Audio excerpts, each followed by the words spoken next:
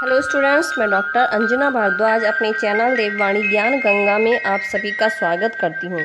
Online कक्षाओं के इस क्रम में मैं आपके लिए कक्षा 7 की संस्कृत विषय की पाठ्य पुस्तक संस्कृत पीयूषम का प्रथम पाठ पुनरावलोकनम लेकर उपस्थित हुई हूँ।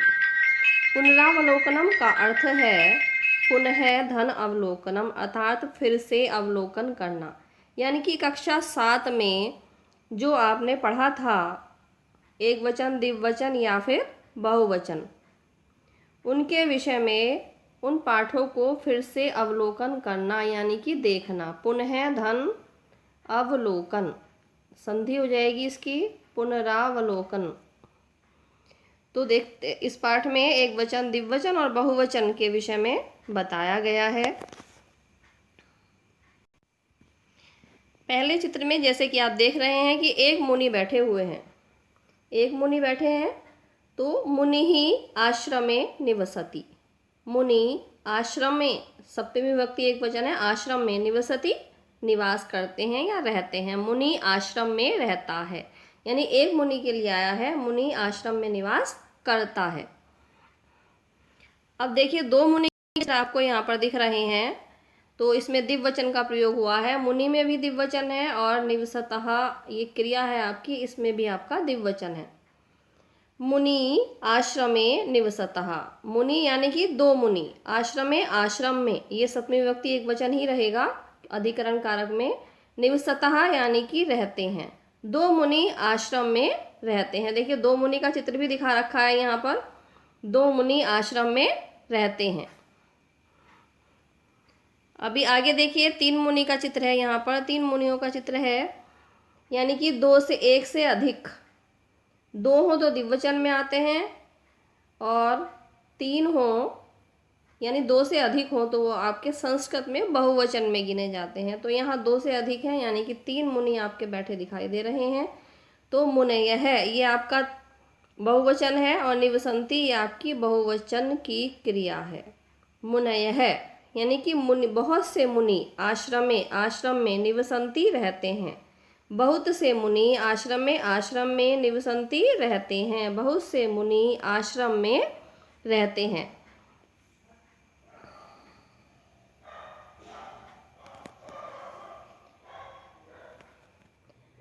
गुरुः शिष्यान् पाठयति। गुरु शिष्यान् शिष्यों को, पाठयति पढ़ाते हैं, गुरु शिष्यों को पढ़ाते हैं। गुरुः कुटियाम निवसतः, गुरु कुटिया में निवसतः निवास करते हैं।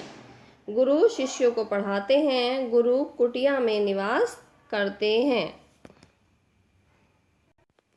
अब देखिए इस चित्र में एक पिता और एक पुत्री दिखाई है। पिता अपनी पुत्री को फल दे रहे हैं, तो ये एक वचन है। पिता फलम ददाति, पिता फल को देते हैं, यानी पिता अपनी पुत्री को फल देते हैं, ये एक वचन है। इससे आगे आपका देखिए दो पिता हैं, अलग अलग अपने बच्चों को फल दे रहे हैं, तो द्विवचन होगा पितरौ। फलानी फलों को दत्तः देते हैं, फलानी में भी आपका बहुवचन हो जाएगा और दत्तः देते में आपका द्विवचन हो जाएगा, क्योंकि एक पिता ये हैं और एक पिता ये हैं। तो पितरौ यानी दो पिता फलानी फलों को दत्तः देते हैं, दो पिता फल को देते हैं। अब देखिए दो से ज़्यादा है यहाँ पर, एक ये हो गए, एक ये हो गए और एक ये हो गए, यानी कि दो से ज़्यादा है तो यहाँ बहुवचन होना चाहिए। तो पितरः फलानी ददति, ददति आपका बहुवचन का रूप है। पितरः यानी कि बहुत से पिता फलानी फलों को ददति देते हैं, बहुत से पिता फल को देते हैं या फल देते हैं। को कर्म कारक है, द्वितीय विभक्ति है, लेकिन हम को नहीं लगाएंगे, क्या करेंगे, बहुत से पिता फल देते हैं, तब भी आपका सही होगा। अब देखिए ये चित्र है आपका नदी का, ये नदी बह रही है, एक नदी बह रही है इस चित्र में। नदी प्रवहति, नदी बहती है। आगे के चित्र में देखिए दो नदियां बह रही हैं, एक ये हो गई और एक आपकी ये हो गई, यानी कि नदी का द्विवचन रूप नद्यौ प्रवहतः, क्रिया का भी आपका बहुवचन द्विवचन का रूप आ जाएगा। दो नदी प्रवहतः बहती हैं, दो नदी बहती हैं। नदी एक वचन यहाँ पर हो गया नद्यौ, द्विवचन हो गया, प्रवहति एक वचन हो गया और प्रवहतः द्विवचन का रूप हो गया। अब अगले चित्र में देखिए आपको कितनी नदी बहती दिखाई दे रही हैं, 1 2 और 3, यानी कि 2 से अधिक है, बहुवचन है। तो नद्यः, नद्यः बहुवचन का रूप है, प्रवहन्ति भी बहुवचन की क्रिया का रूप है। नद्यः प्रवहन्ति, बहुत सी नदियां बहती हैं। देखिए इसमें आपको एक गाय दिखाई दे रही है, एक गाय खड़ी हुई है, तो एक वचन है। धेनुः पश्यति, धेनुः यानी गाय, पश्यति देखती है, गाय देखती है, यानी कि एक गाय देख रही है। अब देखिए यहाँ पर 2 गाय खड़ी हैं, दोनों 2 गाय देख रही हैं, एक और एक 2। तो धेनु ये वाला एक वचन का रूप है, और धेनु में अगर बड़े की मात्रा हम लगा देते हैं और विसर्ग हट जाता है तो हमारा द्विवचन का रूप बन जाता है। पश्यति का द्विवचन का रूप है पश्यतः। धेनु पश्यतः, 2 गाय देख रही हैं या देखती हैं। इससे आगे देखिए ये आपका 1 2 3, यानी कि 2 से अधिक गाय दिखाई हैं, ये बहुवचन होगा आपका। धेन्वः क्षेत्रे चरन्ति, धेन्वः यानी गाय, क्षेत्रे खेत में, चरन्ति चर रही हैं, गाय खेत में चर रही हैं। अब देखिए एक स्त्री है, ये एक स्त्री जल ले जा रही है, ये माता भी हो सकती है, स्त्री भी हो सकती है। तो स्त्री तो है ही, लेकिन यहाँ पर माता इसको कहकर बुलाया गया है। माता जलम आनयति, माता जलम जल, आनयति लाती है, माता जल लाती है, एक वचन का रूप है। अब यहाँ 2 स्त्रियाँ आपको दिखाई गई हैं, एक और एक 2, तो माता का द्विवचन रूप बनेगा मातरौ जलम आनयत, 2 माताएं जल लाती हैं।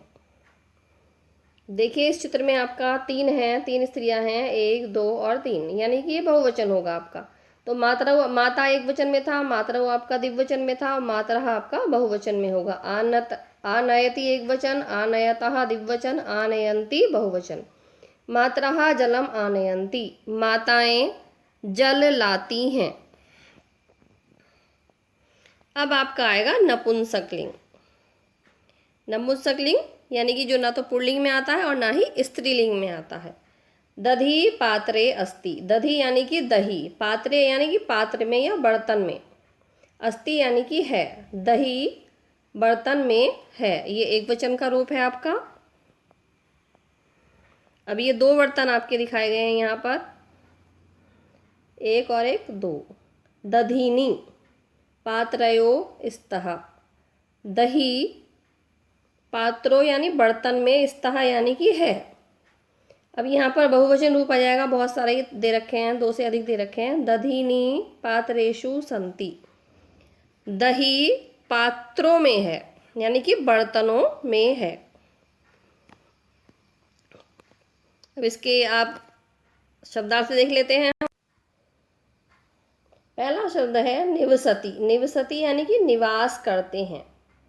पाठयति पढ़ाते हैं, कुर्वन्ति करते हैं, वेदाभ्यासम वेदों का अभ्यास, धेनुः गाय, गोष्ठे गौशाला में, मधुकोशेषु मधुमक्खियों के छत्तों में, परिणमति रूपांतरित होता है या बदलता है, परिवर्तित होता है, पात्रयो यानी कि 2 पात्रों में। अब है आपका उच्चारणम कुरुत पुस्तिकायाम च लिखत, उच्चारण करो और पुस्तिका में लिखो। निवसन्ति शिष्यान् कुट्याम योगाभ्यासम, नद्यौ प्रवतः धेनु आनयन्ति। निवसन्ति शिष्यान् कुट्याम योगाभ्यासम, नद्यौ प्रवहतः धेनुः आनयन्ति। तो स्टूडेंट्स, इस वीडियो में केवल इतना ही। इससे आगे की वीडियो प्राप्त करने के लिए आप मेरे चैनल देववाणी ज्ञान गंगा को सब्सक्राइब करना न भूलें। धन्यवाद।